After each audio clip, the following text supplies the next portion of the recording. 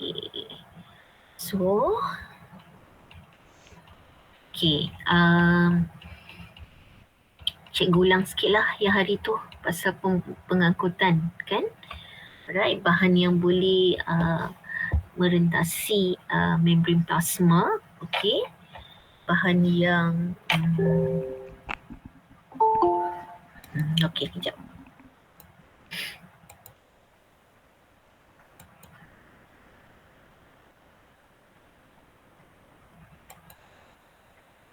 Okey, sama ada bahan yang larut lipid, contohnya seperti yang ni, ataupun molekul kecil, contohnya seperti ni.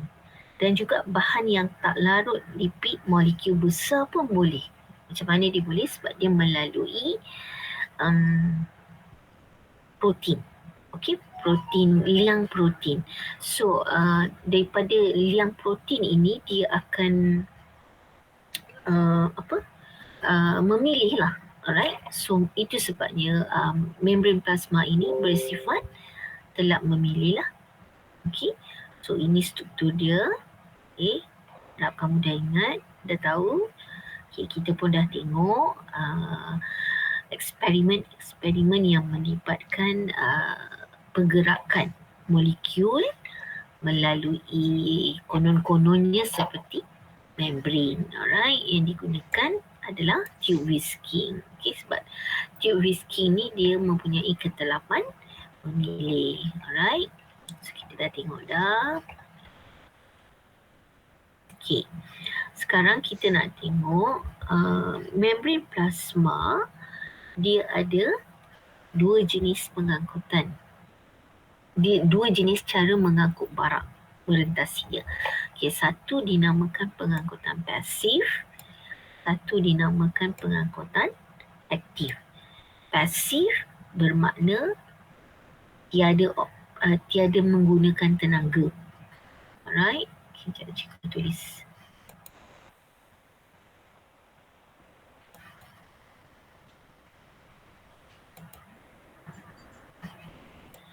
Okay, untuk pasif, proses pengangkutan pasif boleh dianalogikan seperti mengayuh basikal. Takkanlah nak mengayuh basikal lah kan, turun bukit. Boleh juga, jangan tekan brake lah, tahan kan. Okay, dia seolah-olah turun yang mana kamu tak perlu gunakan tenaga langsung. Okay, tenaga tak diperlukan. Maksudnya dia berlaku daripada kepekatan yang tinggi kepada kepekatan yang rendah. Alright, so itu sebabnya dia tak perlu tenaga. Maknanya daripada molekul yang banyak kepada molekul yang sikit. Jadi konsep molekul ni, kalau kamu belajar kimia, dia mesti nak berlaku iso. Maksudnya equilibrium. Okay, maksudnya dia kena sama. Alright, molekul tu kena sama, balance. Barulah dia berhenti buat pergerakan. So kat sini selagi dia ada mempunyai kecerunan yang berbeza, maka dia akan tetap melakukan proses pergerakan lah. Alright, so proses pergerakan pengangkutan pasif, contohnya adalah molekul yang kecil. Contohnya seperti molekul oksigen gas, molekul gas karbon dioksida. Okay, so pengangkutan pasif juga boleh dibagikan kepada tiga. Yang pertama resapan ringkas, yang kedua osmosis, yang ketiga resapan berbantu. Okay, so jangan confuse resapan berbantu dengan pengangkutan aktif. Nanti kita tengok dia lebih kurang je. Okay, tapi sebenarnya banyaklah beza dia. Yang ni pun kamu kena tahulah contoh-contoh bahan yang bergerak melalui resapan ringkas. So resapan ringkas ni maksudnya macam itulah. Okay, dia daripada kepekatan tinggi, kepekatan molekul ataupun ion dari kawasan kepekatan tinggi kepada kawasan kepekatan rendah. Alright. Sehinggalah keseimbangan dinamik dicapai. So equilibrium lah, dah tak ada dah molekul dah sama banyak. Alright, hal ini berlaku sama ada melalui membran plasma atau tak. Yalah, tak kisahlah kan. Tak gunakan plasma membran pun memang secara nature-nya molekul ini harus bergerak sehingga dia mencapai fasa equilibrium. Okay.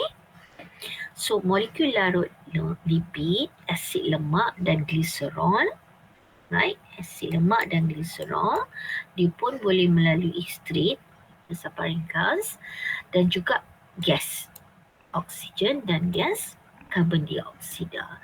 So kamu kena ingat contoh 4 ni sahajalah. Right? So ini resapan ringkas. Okay. Kalau osmosis pula macam mana? Dia bercakap pasal apa?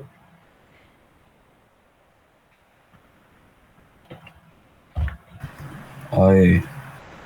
Sel air.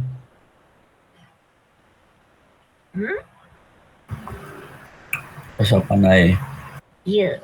Yang paling penting adalah Air. molekul air, pergerakan molekul air. Ya, tapi ia adalah pengangkutan pasif. Maksudnya dari kepekatan air yang tinggi kepada keupayaan air yang rendah. So kita dah tengoklah masa pergerakan menggunakan osmometer tu. Okay, eksperimen dia. Itulah dia pasal osmosis. Alright. Okay. So kalau kita tengok ni contohlah. Alright, contoh kat sini. Molekul sukrosa yang warna merah. Molekul air yang color biru. So what happen kat sini, kalau membran telak memilih, molekul sukrosa ni besar. Dia tak boleh nak keluar masuk dengan bebas. Maka yang bantu untuk balancekan dia adalah molekul air. Itu sebab kamu tengok kawasan yang ini mestilah kawasan yang tak pekat. Ini mestilah kawasan yang pekat sebab larutan gula banyak kat sini. Kat sini banyak air. So apa yang terjadi, kamu akan nampak dia akan nak mencapai fasa keseimbangan, maka air akan keluarlah. So jadi dia akan, molekul air akan balance lah. Right? Okay. Boleh setakat ni? Boleh. Okay. Resapan berbantu. Resapan berbantu bahan ada tak kat sini je. Senang. Tak ada pula ditulis. Oh, tak ada. Kalau dia ada tulis senang. Okay, resapan berbantu bahan seperti ion serta molekul bersaiz besar. Contoh yang selalu keluar exam adalah asid amino dan glukosa. Ini nutrien badan kita. Kita tahu kan glukosa ni diperlukan untuk buat tenaga. Dia dapat daripada kita makan karbohidrat. Alright. Amino acid pun macam tu. Dia adalah nutrien badan yang diperlukan oleh badan kita. Dia dapat daripada kita makan protein. Protein yang kita makan dihancurkan membentuk amino acid. Nasi yang kita makan, karbohidrat, akan membentuk glukosa. So glukosa bertindak sebagai tenaga, amino acid akan bertindak sebagai pembentukan DNA badan kita, buat protein badan kita, macam-macam lah. Alright, so ini adalah satu molekul yang besar. So dia tak boleh simply masuk. Okay, apa yang dilakukan? Mereka akan melalui protein, ion, protein liang. Okay, ion ini akan melalui protein liang, manakala glukosa akan melalui protein pembawa. Okay. So jangan confuse pula. Bila sebut protein-protein dah confuse pula. Protein ini hanya protein liang dan pembawa hanya berada dekat membran plasma. Alright. Nabil, dua ni dipanggil apa Nabil?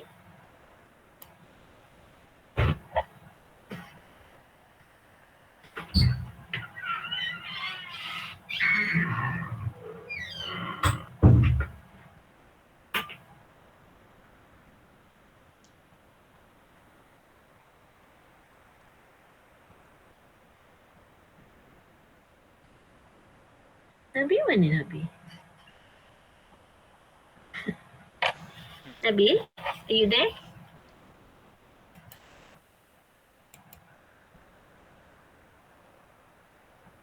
Mana Nabil? Nabil dengar tak? Apa dia Nabil? Dia kecil lah.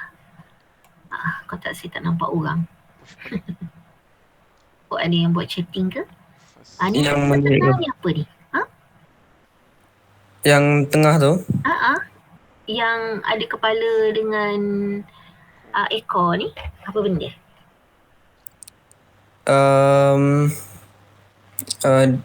Dua lapisan fosfolipid kan? Are you confident? Tak pasti. Iyalah, betul lah tu. Confident lah. Ya, apa lagi? Kan? Takkan Akil pula kat tengah tu. Mana Akil ada tak? Dia datang tak? Tak ada. Mana Akil? Ada. Tak datang pula. Oh ada. Okey, ada. Siapa yang tak ada ni? Mus. Tahan nanti tolong tulis attendance dah. Baik cikgu. Kemudian lah, bukan sekarang tau. Okay, sekarang fokus. Alright, so bagus Nabil, very good. Now, let's continue. Apa pula beza dua ni? Salah satu perbezaan dia, protein liang bawa ion. Okay, ion meresap merentasi membran plasma. Okay, manakala protein pembawa pula membawa glukosa. Kenapa? Sebab dia ni lagi spesifik.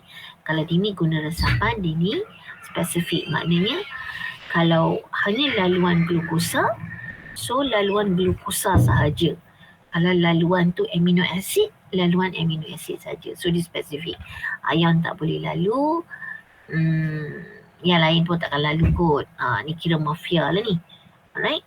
Okay. Amino acid tu ion ke? Amino acid bukan ion. Amino acid tu kita dapat daripada protein yang kita makan. Dia dipanggil mikromolekul.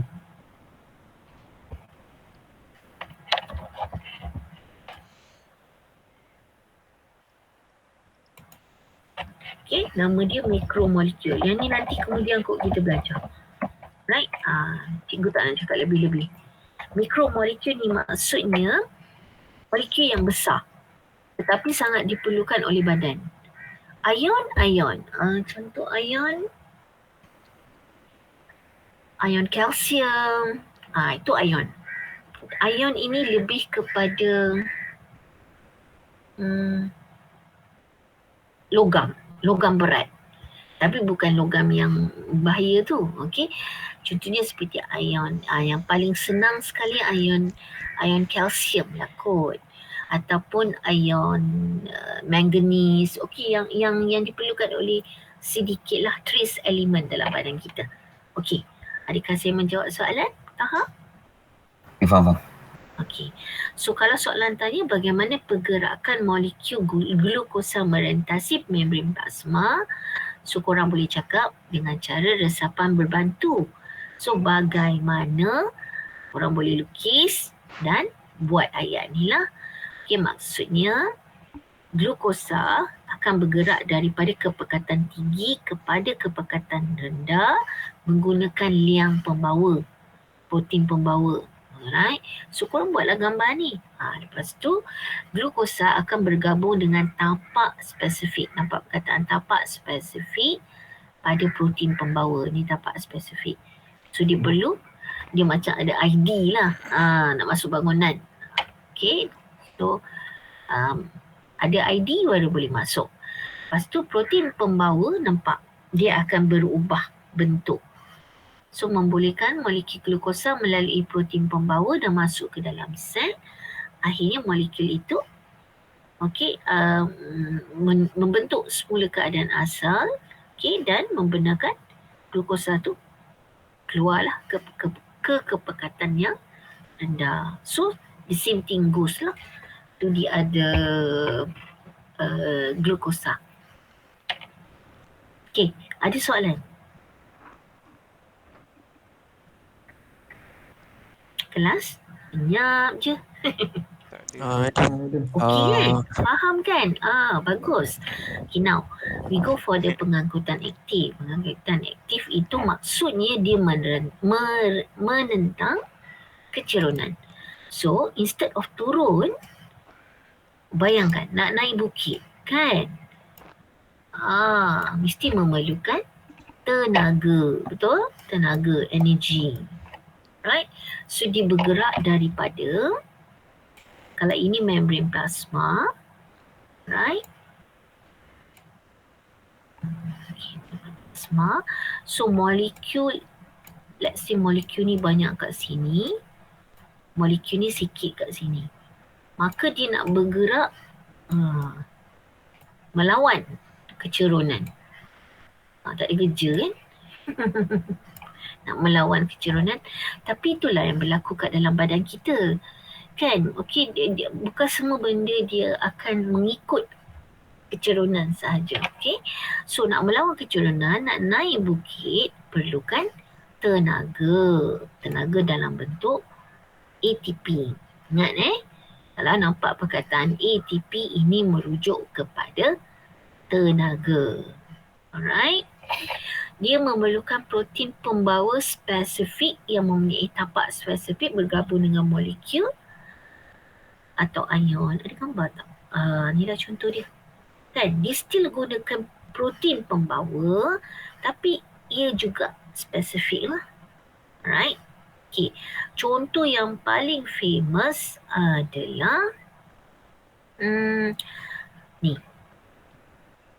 Pam, natrium, kalium. Natrium ni ion Na+ ni lah. Alright. Kalium, mana kalium? Mana K? Ni K, kalium. Alright. Ion selain daripada natrium, kalium tu digunakan apa tadi? Pengangkutan apa? Protein liang. Betul. Okey. Protein liang. Bagus tahap. Alright. Okey, now kita tengok yang ni Macam mana, okey. Contoh pam natrium kalium ini berlaku dalam badan kamu untuk sistem saraf. Salah satunya. Okey, sistem saraf memerlukan pam natrium kalium. So, perubahan keluar masuk kalium dan natrium ini membolehkan aliran information laju dekat badan kita. Kan kita tahu kan kita ada dua sistem. Satu sistem saraf, satu sistem endokrin, sistem hormon. Okey, kalau sistem saraf dia menggunakan inilah. So dia kena laju lah. Right. So kalau kita tengok kat sini, 3 ion natrium bergabung dengan protein pembawa. Okey, lepas tu energi akan mula masuk untuk membantu proses pergerakan ni dan akhirnya dibawa ke seberang lah. Dan fosfat menggunakan tenaga mengubah bentuk protein. So sebab dia ni macam mungkin dia sebab dia melawan kecerunan kan. So dia perlukan very high energy untuk buka dia punya pintu ni. Macam itulah kamu boleh anggap. Right? Sama juga dengan helium. Okay. So basically dia benda yang sama lah. Right? Helium potasium ni sebenarnya dia berkait. Okay. Ada lagi nak tanya setakat ni? Helium potasium. Tak ada kan? Boleh kan? Dia cuma masuk je kan? Apa dia? Kalium ni. Dia apa maksud kamu? Masuk Dia as long as dia berada pada kepekertaan yang rendah ke tinggi. So dia akan melakukan proses tu. Proses pergerakan aktif tu. Alright. Tapi selalunya need sodium. Ini kamu akan belajar nanti dalam sistem saraf. Kenapa sodium 3? Kenapa helium 2? Ni kemudian. Tapi disebabkan pergerakan mereka ni, yang sentiasa bertukar menyebabkan arus informasi sistem saraf tu boleh dilakukan. Alright? Boleh? Setakat ni? Okay, good. Now, ada lagi satu yang menggunakan tenaga, namanya pump proton. Pump proton maksudnya dia tak melibatkan ion natrium dan juga ion helium tadi. Dia melibatkan ni, ion hidrogen. Kenal kan hidrogen? Hidrogen ni mana-mana dia ada, sesepa kan? Okay. So contohnya pump proton ini terdapat pada sel epithelium yang melapisi rongga perut. So pump proton menyebabkan kandungan perut menjadi asid. Asid sebab kenapa? Ada ion hidrogen ni wujud. Okey? So yang ini sama juga dengan konsep aktif, dia memerlukan tenaga untuk melalui protein pembawa. Boleh? Soalan? Okey kan? Senang kan? Okey, so secara asasnya boring Boring nanti kita buat kerja. Adik korang dah hantar homework belum? Saya tak check pun Padlet saya lagi. Saya nampak Luqman aja hari tu. Yang lain semua dah hantar ke? Saya tak buat kat Word, baru buat kat Word. Kat Padlet. Nak check sekarang lah. Tengok ada tak? Padlet my homework. Sikut hantar-hantar kan? Buat dosa. Tengok. Betul lah. Oh, ada lah. Buat dosa betul lah. Saya ni. Ini okey, nanti saya check. Bagus. Akil ada. Bagus. Hazmi ada. Okey. Semua ada. Sofi ada. Asfa ada. Okey, good. Mus ada. Okey, bagus. Yang tak ada Nabil. Taha? Taha ni. Saya buat kat buku, tak masukkan lagi dalam Word. Kenapa pula? Tak, kamu boleh tangkap je gambar macam ni, macam Akil buat. Okey. Tangkap, masuk. Luqman lama. Mus ada tak tadi? Mus ada. Siapa lagi yang tak ada? Nabil ada?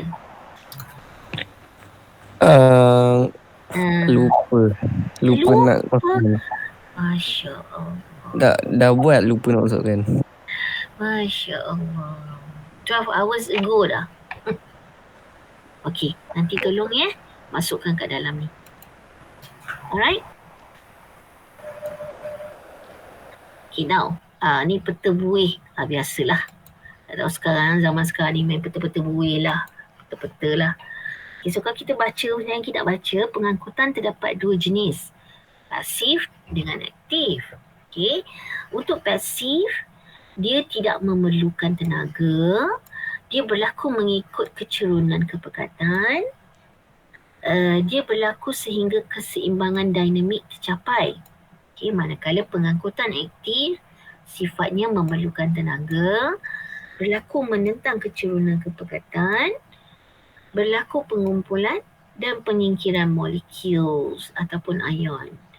Mereka share sifat, iaitu mereka mengangkut bahan melintasi membran dan mereka berlaku melalui membran telah memilih. Alright? Okay. Ada soalan? Tak ada? Boleh? Nabil boleh, Nabil? Boleh kot. Kod tu yang tak syok tu.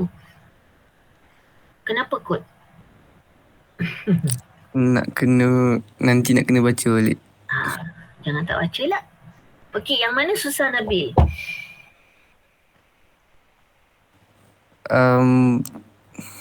Tak tahu. Pengangkutan ada dua kan, yang merentasi membran plasma, pengangkutan aktif, pengangkutan pasif.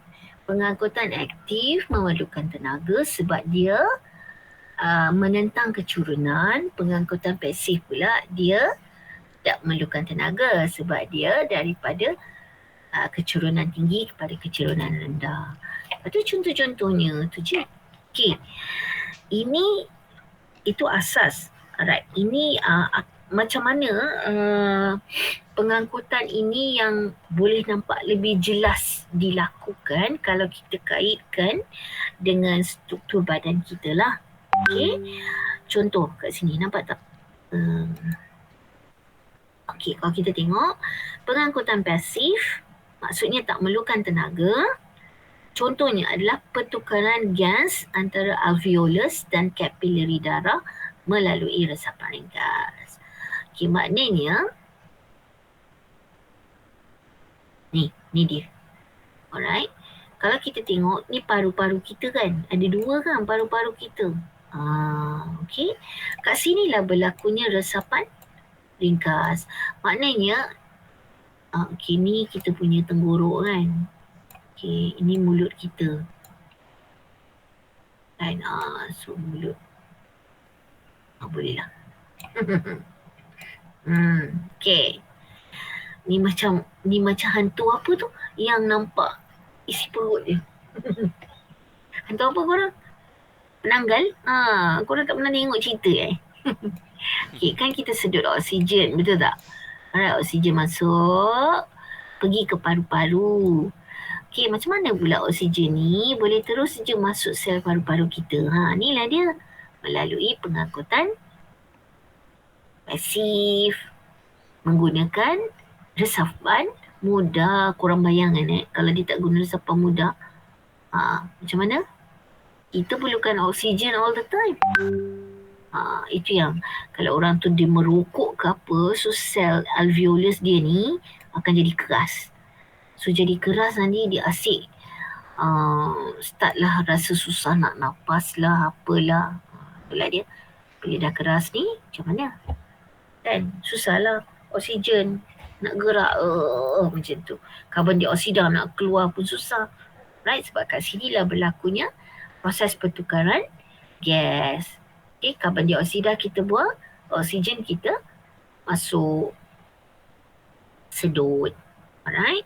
Ataupun penyerapan semula air berlaku secara osmosis. Nampak osmosis? Ini contoh untuk penyerapan semula air dalam ginjal kita. Okay. Itu sebab kita minum banyak. Tak adalah selalu sangat kita pergi toilet. Kan?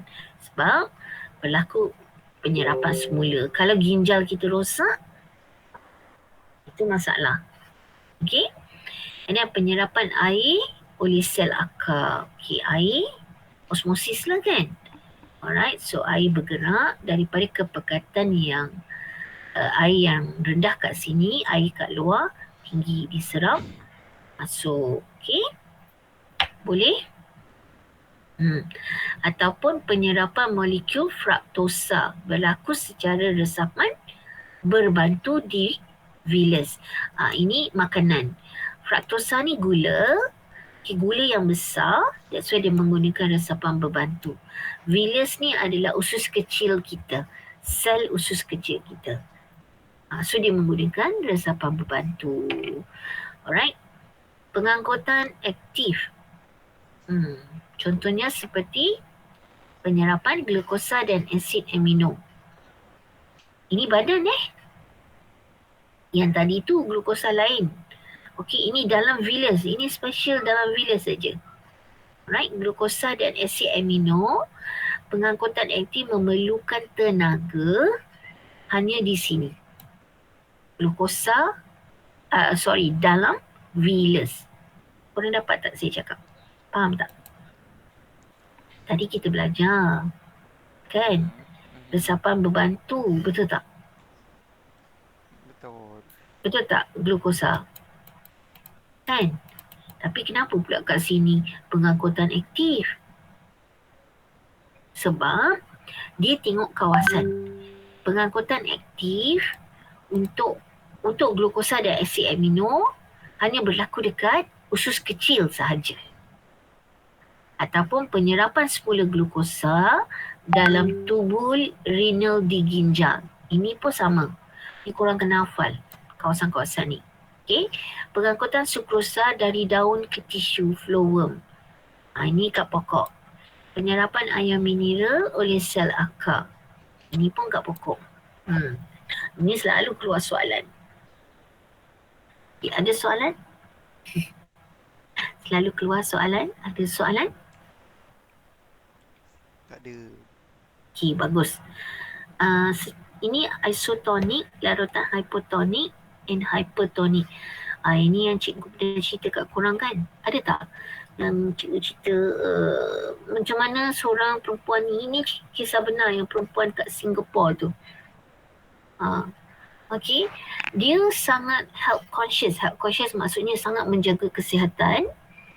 Okey, dia minum air setiap hari banyak. Okey, berapa banyak air kita perlu minum setiap hari?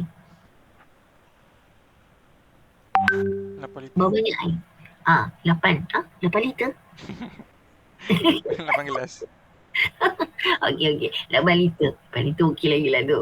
Gila 8 liter. Wow, hebatnya. Alright. Okay, so 8 gelas kan? Tapi lebih pun tak apa.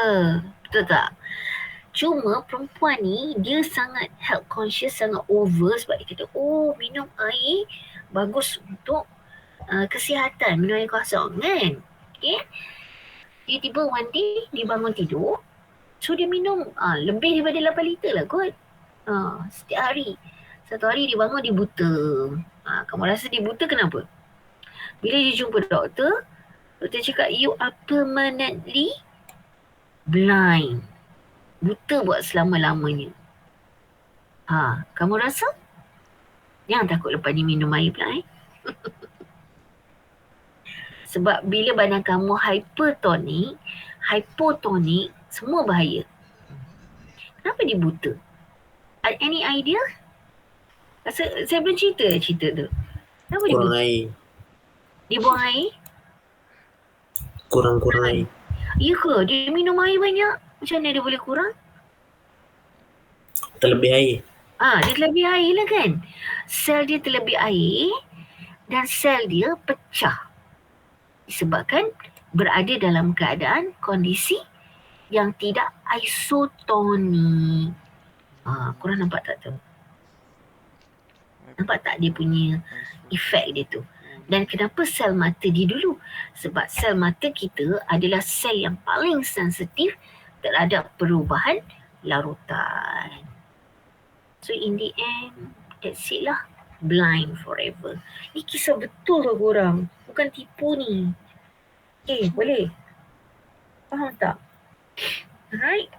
Itulah sebenarnya nak ceritakan bahawa dalam badan kita boleh berada dalam keadaan isotonik, hypotonik, hypertonik. Tetapi isotonik ini wajib. Okey, badan kita harus berada dalam keadaan isotonik. Itu sebab kita rasa nak minum, haus. Sebab sebenarnya badan kita berada dalam keadaan hypertonik. So, sel hantar maklumat kepada otak. Okey, otak baca maklumat tu, cakap air kurang dalam badan. So, dia akan hantar balik dekat kita punya tangan, kita punya kepala. Okey, cakap kita kena minum. Itulah dia cara. Alright, boleh? Okey, mari kita kenal. Apa tu larutan isotonik, apa tu hypotonik dan hypertonik.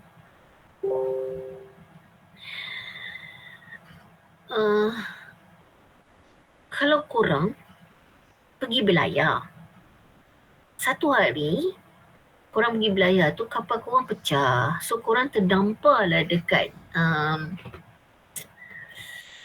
dekat korang punya, dekat satu pulau ni. Okey? Kita manusia ni kita perlu minum kan? Masa tu memang korang gila punya haus kan? Sebab bila kita haus, badan kita kering, kita akan memang desperately need water lah orang kata. Orang putih kata. Okey? So bila kita desperate, tengok pula air laut, sedap kan? Air, keliling tu air. Korang minum air apa? Boleh tak kita minum air laut tu? Tak boleh. Kenapa? Dia akan buatkan lagi haus. Dia akan buat lagi haus. Kenapa? Banyak garam. Geram. Serap. Zat. Sebenarnya dia akan membuatkan badan kita berada dalam keadaan lebih hypotonik. Faham tak? So lagi hypertonik, lagi banyak air keluar daripada badan kita, lagi banyak garam berada dalam badan kita, menyebabkan lagi tak balance dan kita akan jadi macam dah tak betul dah dan akhirnya kita jalan lah. Dah tak betul jalan. Alright. So kalau tak ada air berhari-hari, apa nak buat? Takkan nak duduk diam je kan? Air kencing keluar. Boleh minum tak air kencing? Boleh. Minum air kencing tu lagi bagus daripada minum air laut. Kan? Minum kelapa Better. kan? Much better. Sebab dekat air kencing tak ada larutan garam. Alright, yang menyebabkan berlaku lebih hypertonik kepada badan kita. Jadi moral of the story here, sebab kita kena belajar. Okay, bagaimana condition badan jika berada dalam keadaan isotonik, hypotonik dan hypertonik. Okay, so isotonik bermakna dia mempunyai kepekatan bahan larut yang sama. Ini maksudnya balance in and out. So dia dah mencapai equilibrium lah. So bila dia mencapai equilibrium, maka happily ever after. So tak ada masalah. Okay, badan kita harus mencapai equilibrium. Alright. Larutan hypotonik pula bermaksud larutan A mempunyai kepekatan bahan terlarut yang rendah. Bahan terlarut yang ni lah, birah ni. Okey. Dan yang rendah dan keupayaan air yang tinggi. Hypotonik maksudnya senang cerita, banyak air. Bila banyak air, kurang bahan larut. Maka menyebabkan air itu akan meresap keluar. Jadi bila dah meresap keluar, tu bahayalah sebenarnya sel badan kita kalau dia tak balance, kan? Dia akan meresap masuk kat sini, ke air yang bahagian air yang kurang. Akhirnya sel kita tak boleh nak tampung, meletup. Kalau meletup pecah habis. Okay. Hypertonik pula maksudnya badan kita mempunyai kepekatan bahan terlarut itu tinggi. Alright.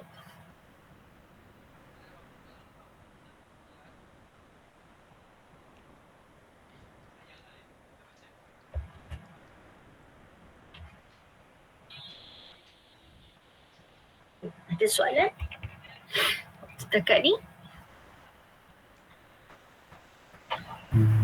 Tak ada. Okay. Alright.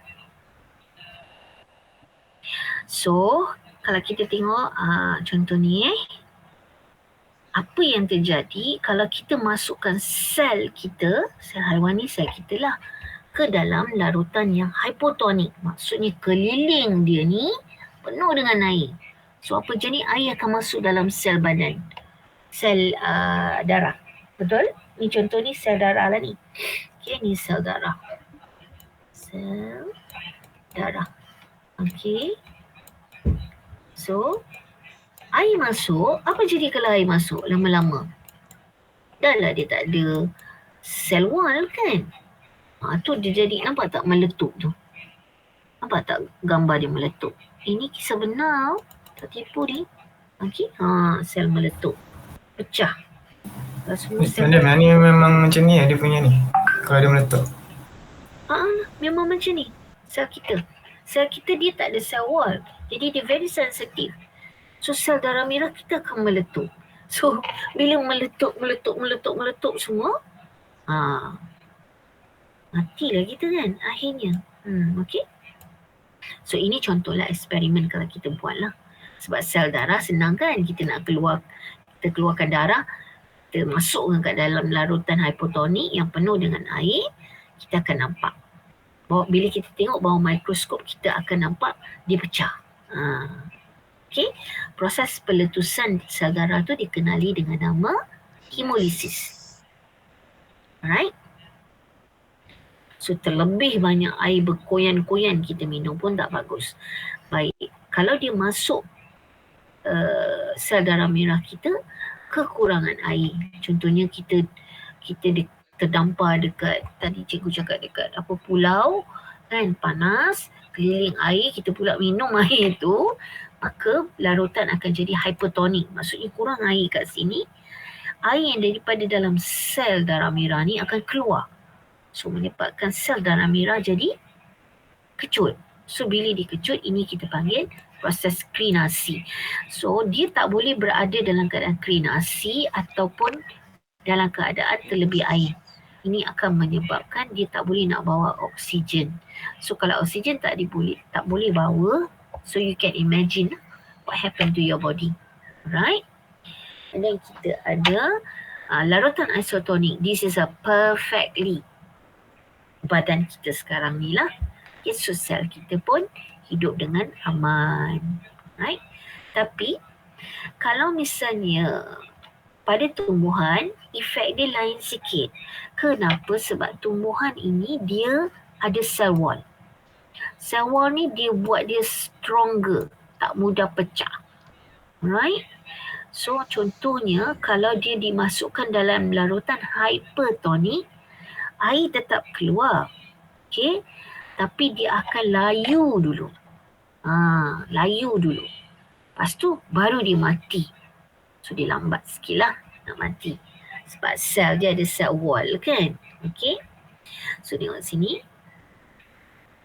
Bila sel tumbuhan dimasukkan dalam hypertonik, kita akan nampak air meresap keluar.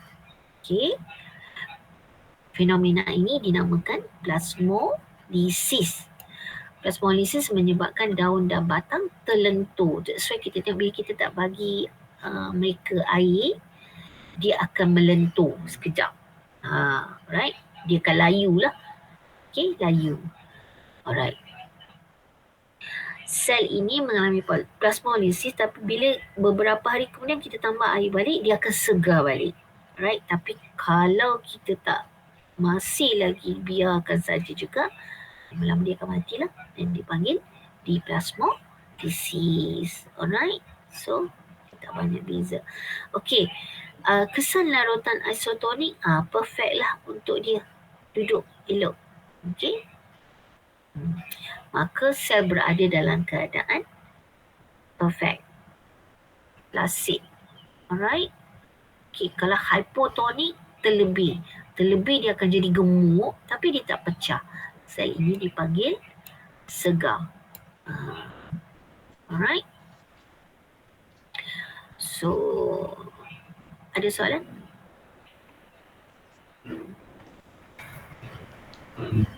Ada soalan? Cikgu yang tadi apa? Kan kalau minum air banyak sangat kan nanti dia akan jadi Hypotonik. Akan jadi hypotonik kan? Itu kalau minum kan? Tapi kalau macam kalau kita rendam dalam air lama sangat macam setiap hari lama-lama akan jadi benda sama. Maksud kamu Kalau rendam tak keluar-keluar? macam setiap hari berenang ke apa. Tak apa. Sebab lambat dia nak masuk air kecuali kalau kamu minum air tu. Sebab kita kan ada kulit kita agak tebal. Dan bukan senang molekul air nak mengalir masuk dengan mudah. Kecuali kalau kita minum kan air tu dan dia pergi kepada sel dalam kita yang sensitif sel. Contohnya paru-paru kita, sel darah kita yang sensitif dan tak ada protection.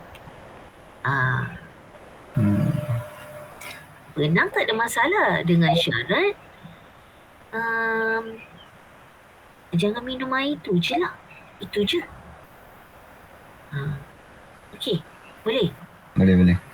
Maksudnya ada yang lagi satu kan dulu pun orang selalu cakap yang kalau mandi malam selalu ni paru-paru masuk air. Itu betul ke?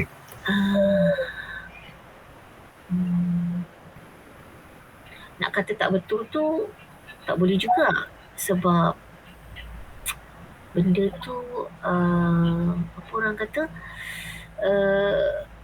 dia ada reason lain lah, tapi dia bukan disebabkan oleh hyper dan hypotonic lah.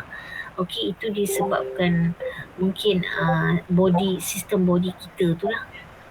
Tapi bukanlah punca dia sebab hyper dan hypotonic ni, dia tak ada kaitan lah. Okey, mungkin tu sistem badan kita yang mungkin dia agak lain lah. Tapi dia tak ada kaitan dengan proses hypotonic dengan hypertonic ni lah. Okey. Yang orang cakap paru-paru kembang tu apa semua tu, tak tahulah, orang tua cakap macam tu. Okay, kalau ikut scientific evidence tak ada pun, tapi entahlah kan, in long term maybe yes lah, sebab sejuk kan, bila sejuk lama-lama pertahanan badan pun dia jadi longgar lah, tapi dia tak ada kaitan dengan proses ni lah. Okay, boleh? Tahu? Saya tak boleh nak explain benda tu. Saya rasa dia tak ada scientific evidence pun yang mengatakan kalau mandi malam macam macam yang you cakap tu lah kan. Tapi kita ni orang Melayu ni dia dah benda tu dah jadi sinonim kan. Jadi kita dengar je lah. Ada kalinya betul juga orang tua cakap, especially kalau kawasan tu yang terlampau sejuk kan, dia menyebabkan sebenarnya badan kita tu tak boleh nak buat adaptation. Bila badan kita tak boleh nak buat adaptation, dipaksa buat adaptation, menyebabkan paru-paru kita kembang dan sebagainya, sebab dia nak membuat adaptasi tu. Tapi dia tak adalah kaitan dalam ni. Dia bukan masalah hypotonik ataupun hypertonik. Okey? Boleh tahu? Nampak? Jawab tak soalan? Jawab aku Alright. Okay, so kita tengok sikit soalan sebelum kita tutup. Terangkan apa yang berlaku kepada sel berikut apabila direndam dalam larutan yang berkepekatan. Bahan terlarut lebih tinggi daripada bahan bendali intrasel. Okay, sekejap nak tanya siapa ni? Asfa? Asfa, kalau bahan terlarut lebih tinggi daripada bendali intrasel, kita panggil condition apa? Dia berada dalam kondisi apa? Asfa ni ada ke tak ada? Asfa. Maksudnya macam mana dah? Apa maksud? Dia berada dalam condition apa? Hypotonik ke, hypotonik ke, isotonik? Ni, ayat ni. Ayat ni semua. Maknanya dia berada dalam keadaan apa? Kadang-kadang dia tak bagi tahu kan. Dia just cakap je. Macam ni contohnya. Okay, apa kita nak cakap? Ni berada dalam, kamu kena find out dulu. Adakah dia isotonik atau hypotonik? Apa? Ataupun hypotonik. Saya cuba madam larutan hypotonik. Hyper.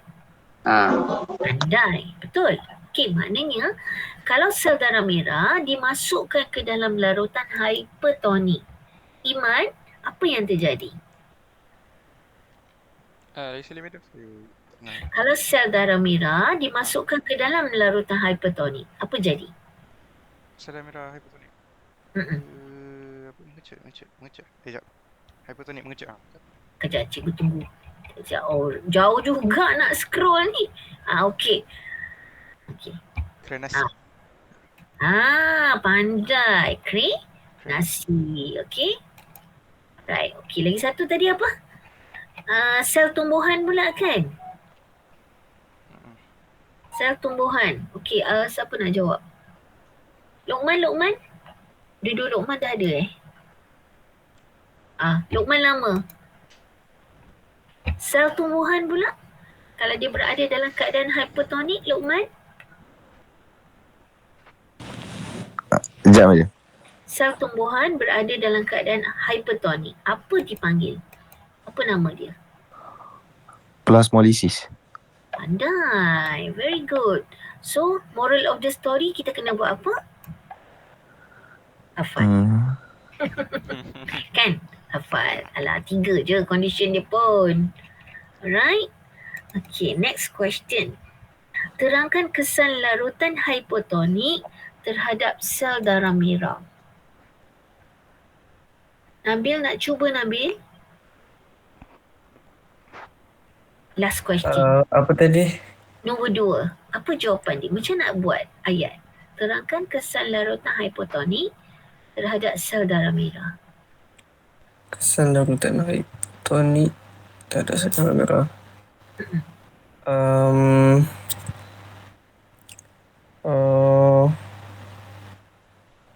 Air meresap Hemolysis. masuk ke dalam Dalam apa? Dalam hidung. dalam sel darah merah. Dalam tu. Kena cakap complete lah. Okey, kenapa air meresap masuk ke dalam sel darah merah? Kenapa Oh, wow. Are you okay? Teruskan. tak tahu. Tak tahu. Okey, tak apa. Kita tanya siapa yang tahu. Kenapa? Apa dia punya reason? Siapa lagi yang belum kena? Hazmi. Hazmi, kenapa? Kenapa air masuk meresap ke dalam sel darah merah?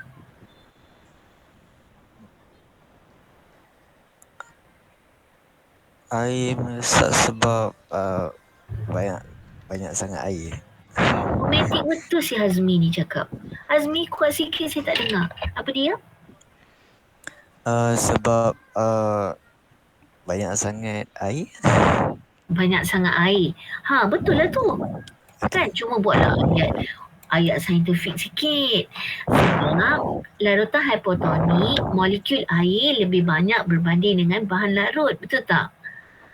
Ataupun kamu boleh cakap, okey, kamu boleh draw. Ni sel darah merah, kamu draw macam ni kalau SPM. Ini maknanya molekul air masuk. Sebab molekul air banyak di bahagian luar. Yang dalam ni kurang.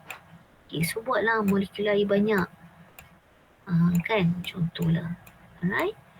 Ni anak panah teruknya anak panah saya. Okay, ni molekul air.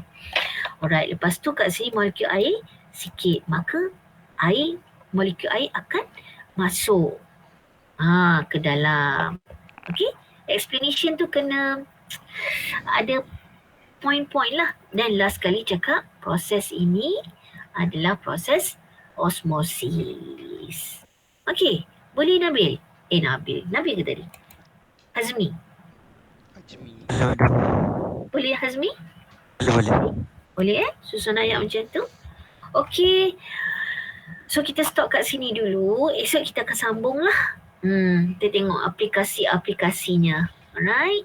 Baru kita nampak bahawa berlakulah sebenarnya pergerakan molekul. Memang pergerakan molekul ni sentiasa berlaku. Sebab dia harus berada dalam keadaan isotonik. Especially badan kita. Sangat perlu berada dalam keadaan isotonik. Kalau tak, kita akan nampaklah kesan-kesan dia. Alright? Okay. Kita round table sebelum kita tutup. Hazmi ada soalan?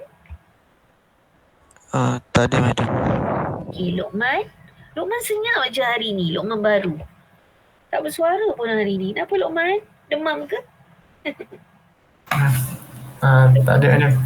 Ada soalan Luqman? Tak ada? Tak ada, madam. Alright, Clear, good. madam. Okay, so kita tanya Luqman. Okay, Luqman Syamsul Muzli. Tak ada, madam. Okay, betul? Betul. Saya tanya kamu juga. Akil? Ada soalan Akil? Tak ada. Bagus Akil. Akil, mic dah okey Alhamdulillah. Bagus. Baru dengar suara Akil yang merdu tu. Okay, Iman, ada soalan? Tak ada, madam. Good. Asfa? Madam, Velis apa madam? Apa? Velis ke Velis? Oh, villus. Ah. Villus itu adalah usus kecil. Dekat usus kecil ada villus. Nanti bila kita belajar pemakanan, kita akan tengok. Okay, villus tu macam sel yang paling bukanlah paling mudah sebab dia tak tebal. Jadi nutrien senang nak masuk. Nutrien mesti sampai ke villus. Baru nutrien boleh masuk ke seluruhan sel badan kita. Okey? Jadi yang kita tengok dengan lebih detail lah benda tu. Okay, madam. Alright. Okey, Nabil ada soalan? Nabil? Tak ada. Tak ada. Okey, last but not least, Taha? Ada. Tak ada. Okey, siapa yang miss kat sini? Mus Mus tak ada. Mus seorang je lah. Okey. Besok cikgu ingat cikgu nak bagi kuis. Boleh tak? Tolong baca. InsyaAllah. So kamu baca apa yang kita belajar hari ni. Cikgu bagi kuis besok. Boleh? So kita berhenti kat sini lah. Jumpa lagi insyaAllah besok. Bye. Assalamualaikum. Terima kasih madam. Thank you madam. Terima kasih, madam. Thank you, madam. Terima kasih madam. Jumpa Sama. lagi. Jumpa lagi.